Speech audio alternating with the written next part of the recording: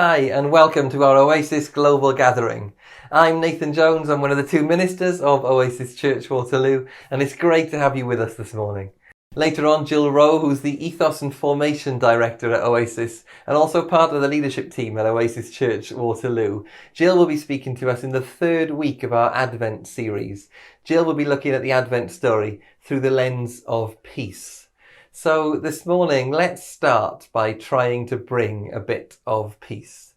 I'm going to read what's called a centering prayer, a prayer which is written to help us to quieten our minds, whatever's going on at home around us, and try and help us focus for the next half an hour ahead of us. Center me, God, in you. Draw me closer. Find my outer edges, the parts I keep far away, the parts I try to keep hidden, and bind me. Enfold me. Hem me in. For within you I find rest.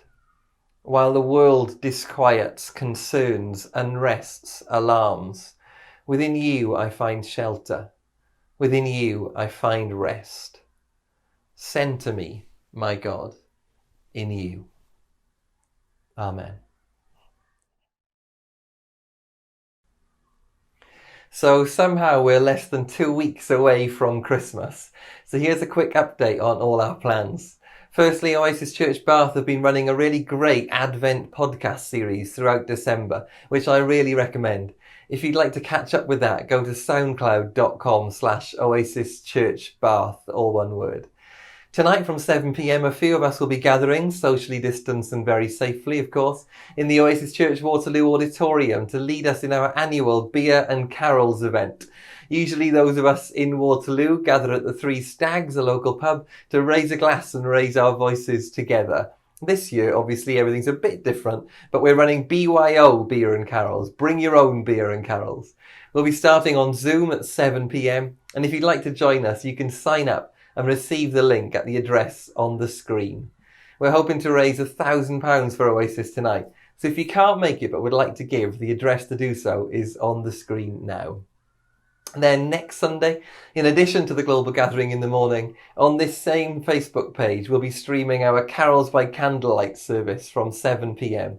There'll be readings, poems, a short reflection and loads of carols to join in with.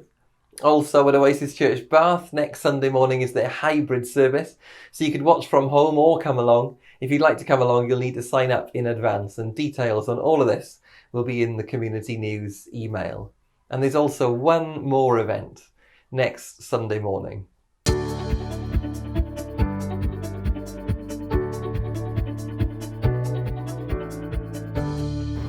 We're here to tell you about something amazing. The highlight of the year. The global festival film you've all been waiting for. The Oasis Global Gathering Nativity 2020. It will make you laugh. It will make you think. It will even make you cry. Is that true? Is that really true? Come and join us at 11 a.m. right here on our global gathering, as the kids from Waterloo and Bath take over for the best retelling of the Christmas story you've ever seen. See you next Sunday.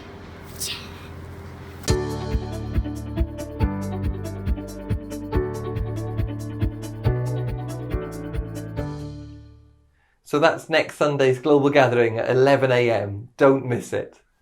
It's almost time for Jill to speak to us, but before she does, here's Simon Woolley with this week's Bible reading from the Old Testament book of Isaiah.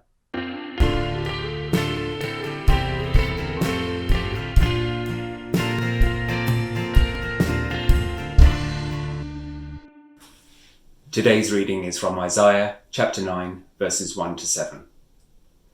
Nevertheless, there will be no more gloom for those who were in distress. In the past, he humbled the land of Zebulun and the land of Naphtali, but in the future, he will honor Galilee of the nations by the way of the sea beyond the Jordan. The people walking in darkness have seen a great light. On those living in the land of deep darkness, a light has dawned. You have enlarged the nation and increased their joy. They rejoice before you as people rejoice at the harvest, as warriors rejoice when dividing the plunder.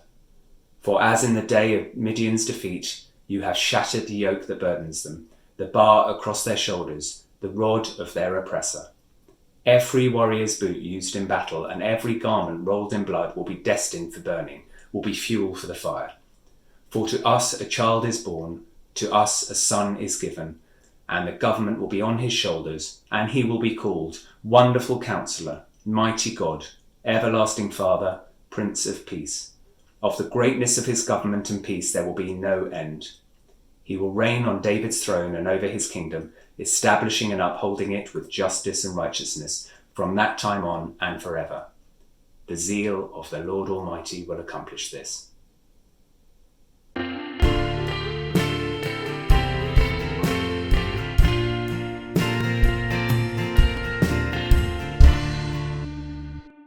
My name's Jill Rowe and I'm the Ethos and Formation Director for Oasis, and I'm a volunteer on the church leadership team at Oasis Waterloo. Can you hear that? You strain your ears a little. Can you hear the peace, the absence of noise? What springs to mind when you think about what peace is? Perhaps it's that line in John Lennon's Imagine song. Imagine all the people living life in peace. I won't sing it.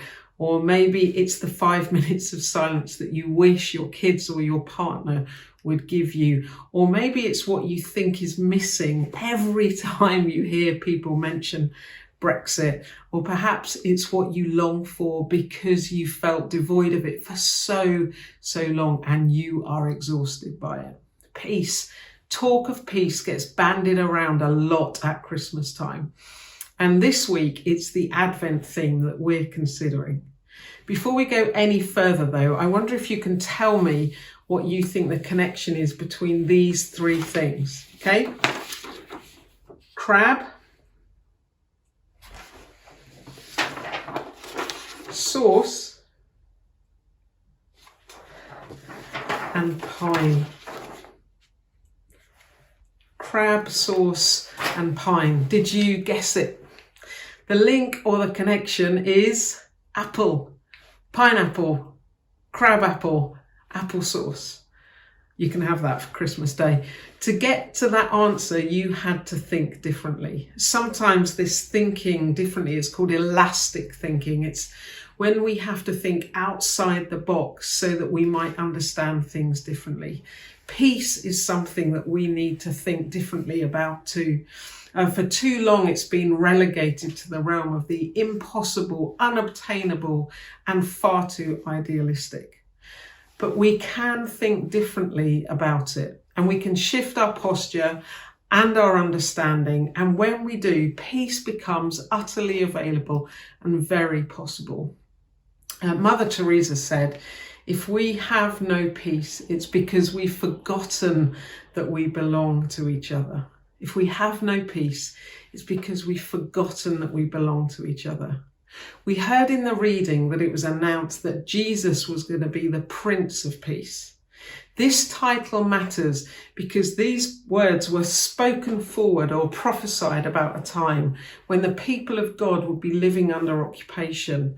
The Roman Empire was the occupying force. And therefore, these people were living in their second choice world. Life wasn't how they wanted it to be. And the other thing to remember here is that the Roman Empire achieved peace through violence and subjugation. Pax Romana is the Latin for Roman peace. It was a peace that came about at huge cost to human life. And it refers to a time between 27 BC and 180 AD, where the Roman Empire is understood to have been peaceful. But it was achieved through armies and it was achieved through force. So the coming of Jesus and him being announced as the Prince of Peace, which is what we think about through Advent, was a big deal, a really big deal. In fact, when people heard him named as the Prince of Peace, they too expected that he would use violence to overthrow the oppressor.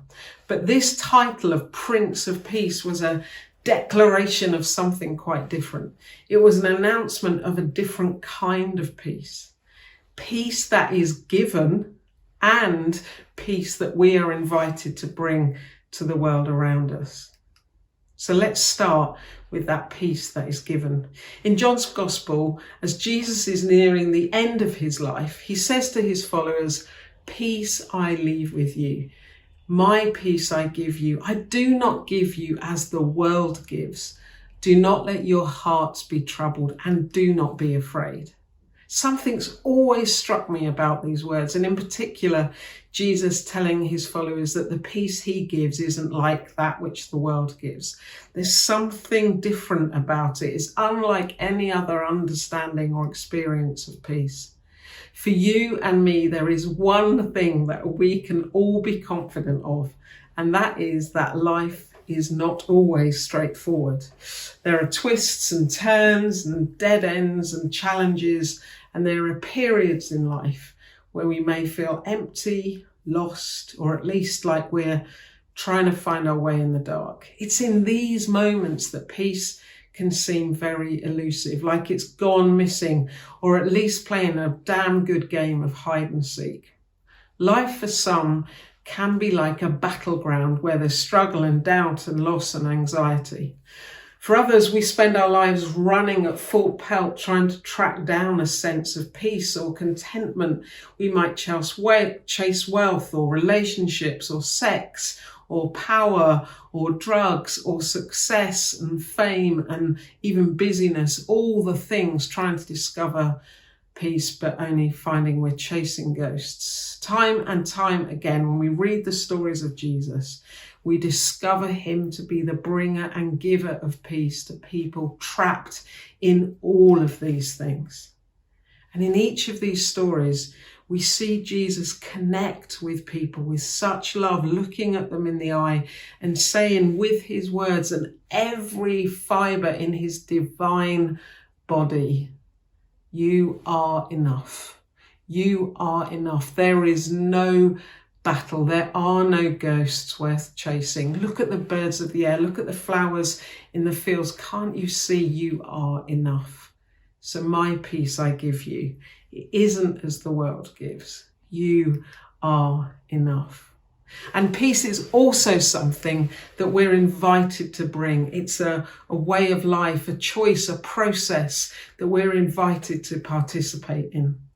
The Prince of Peace calls us to be peacemakers and not peace breakers or takers. Watch the news, follow the news, spend just 10 minutes scrolling through a Twitter feed, read the comments on a Facebook section at your peril, read a blog and read the comments, sit on some Zoom calls, feel firsthand the presence and influence of conflict in the world. The absence of peace is very apparent. Yes, there are people, even leaders, who appear to be the spearhead of this kind of conflict. But we need to be honest with ourselves and recognise that they are simply totems, expressions of the way which each of us can act and behave at a personal, relational level, and our inability to be peace bringers and peacemakers. So it looks like gang violence and it's Twitter attacks and it's slagging people off behind their backs and it's spreading rumours in order to bring people down, and it's bullying and it's blaming and it's intentional stirring. And it plays out in our everyday interactions, the way we speak to others. Our words can be weapons of mass destruction. Sometimes it plays out in the way we view others and react to them. Our posture can always seem to be that of winning, refusing to lose at whatever cost, like we're using a metaphorical sword.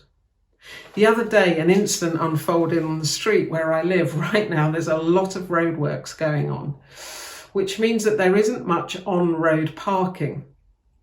Now it's 8:15 in the morning when this happened. There's double-decker buses trying to get up and down the road. And there's a delivery guy who's faithfully served the customers on this street through lockdown, and he needs to do a delivery drop. So he pulls in just in front of someone's entrance to their little house. At that moment, the owner of the house comes straight out the front door and he reaches to his pocket and he pulls out his phone and he starts filming the delivery guy who's dared to park for 5 minutes in front of his driveway. And then what happens is he starts following the delivery guy around. And so the delivery guy reaches in for his weapon, his phone, and he pulls out his phone, and they're basically filming each other going around and around. Anger, you can see it on their faces. Aggression being expressed, conflict being stoked. Where does that story go next? The man returns to his house, his limbic system in full flow, processing anger and his heightened emotions. How might he speak to his kids when he goes back inside the house? To his wife? What happens when it's time for him to get to his car to leave for work? And the delivery driver, what about him? Where does that story end? Does he lose his job because for 5 minutes, just 5 minutes, he parked across someone's drive? How does he drive off in his van when he's done his delivery drop? How does he react when he sees a bunch of school kids who are trying to cross the road but going a bit slow? Does he rev the engine? What happens to his blood pressure? What is the impact of the stress on his body? Where does the story end? Throughout his teachings, Jesus invited his followers to be peacemakers, which is not some soft, ethereal, silence-keeping thing. It's the courageous decision. It is the courageous decision to choose reconciliation and not revenge. It is acting in such a way that we take conflict and violence and hatred and revenge out of circulation. It's being willing to ask, where will this story end before we act so as to ensure that we walk the way of peace? It's about our tone. It's about our posture. It's about our intent. It's remembering that if we have no peace, it's because we've forgotten that we belong to each other. So as we walk through Advent together, the invitation is to follow the Prince of Peace, to know that we are beloved, that we are enough, and to hear the balm of the words of Jesus, my peace I give you. I do not give as the world gives. Do not let your heart be troubled. Do not be afraid.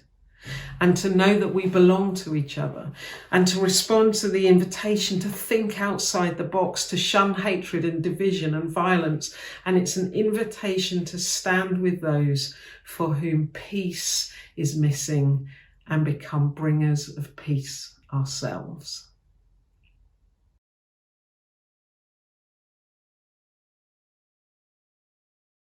Thanks, Jill. When I heard Jill's talk, I was reminded of this quote from Pope Francis. The word Advent means coming. The Lord is coming. This is the root of our hope, the certainty that God's consolation comes to us amidst the troubles of the world, and not a consolation of words, but of his presence among us. God's consolation comes to us amidst the troubles of the world. Jill read those words of Jesus, my peace I give to you. But Jill also talked about how Jesus invited his followers to become peacemakers, not just passively being silent, but working to make peace. And I think there's something for all of us in how those two ideas interact. The Advent story tells us of a God who comes to earth to bring us peace. And then, because we receive that peace, we then should live and work to bring peace to those around us.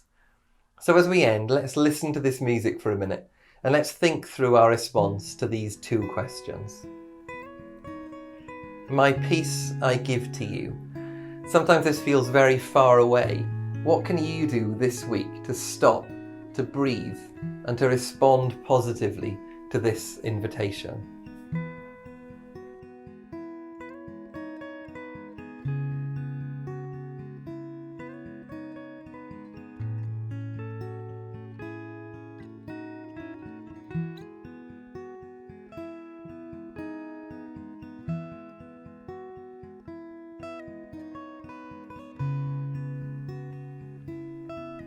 Blessed are the peacemakers. In which of the relationships that we have, family, friends, work colleagues, do we need to be peacemakers? Where do we need to work to bring peace?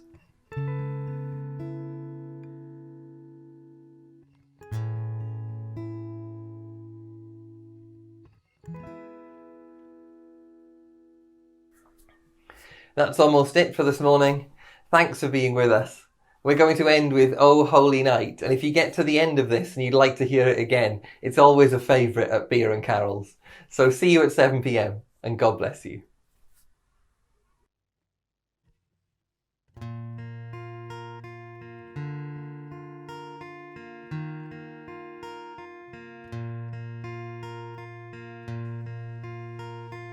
Oh, holy night, the stars are brightly shining. It is the night of the dear Saviour's birth. Long lay the world in sin and error pining, till he appeared and the soul felt its worth. A thrill of hope, the weary world rejoices, for yonder breaks a new and glorious morn. Fall on your knees, oh hear the angel voices, oh night divine, oh night when Christ was born, oh night divine,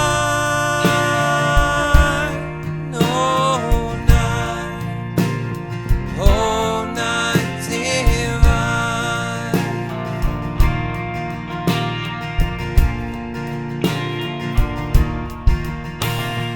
Led by the light of faith serenely beaming, with glowing hearts by his cradle we stand.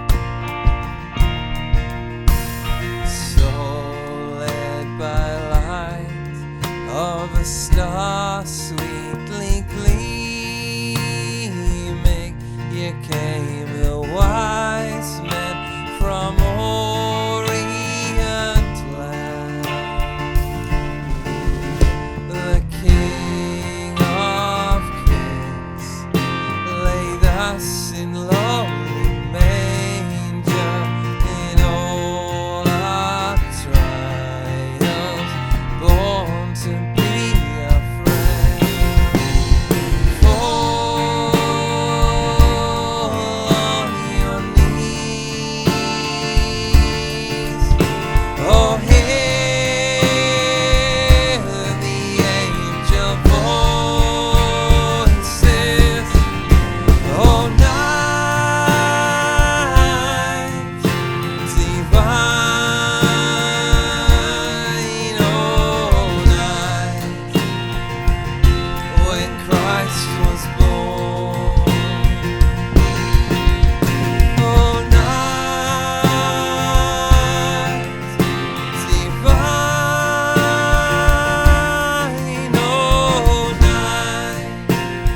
oh night divine.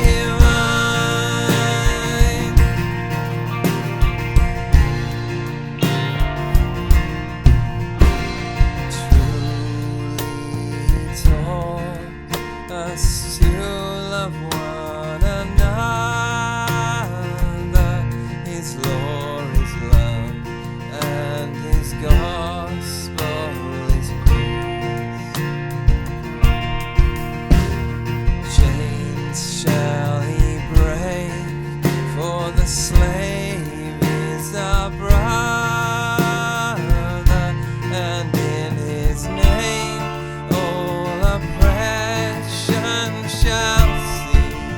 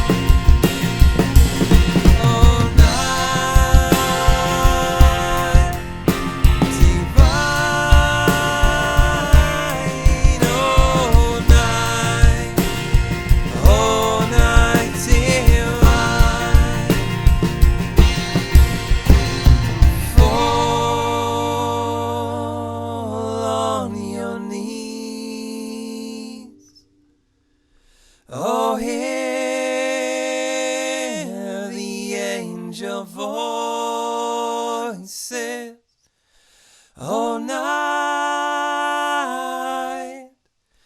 divine, oh night when Christ was born,